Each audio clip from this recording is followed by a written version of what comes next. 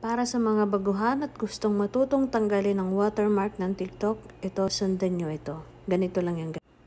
Ayan, ganito lang gawin natin. Open natin ang ating TikTok account. Tapos po, kukuha tayo ng isang video natin. Pindutin natin yung tatlong bilog at i-copy link lang po natin. Once na na-copy link na po natin, punta tayo sa ating Safari. Pindutin natin yung Snaptek. Hanapin po natin yung Snaptek. Ayan po. Ayan, ang nasa taas, pindutin po natin to. Tapos lalabas na po ang ganyan. Pindutin po natin yan. Tapos yun po, i-paste natin yung ating kinapiling kanina na ating video sa TikTok. Ayan po. Allow paste. Tapos i-paste. Tapos pindutin natin yung download. Yan, scroll down lang po tayo. Pindutin ulit natin yung download.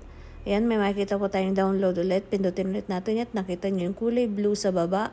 Pindutin po natin yan at pindutin ulit ang download. Ayan, yung nasa taas, yun po yung video na save natin. Pindutin ang arrow at i-save video. Ganyan na po guys. Ayan, nandun na po siya sa ating gallery at wala na po siyang TikTok mark. Ayan lang po. Sana makatulong. Bye-bye!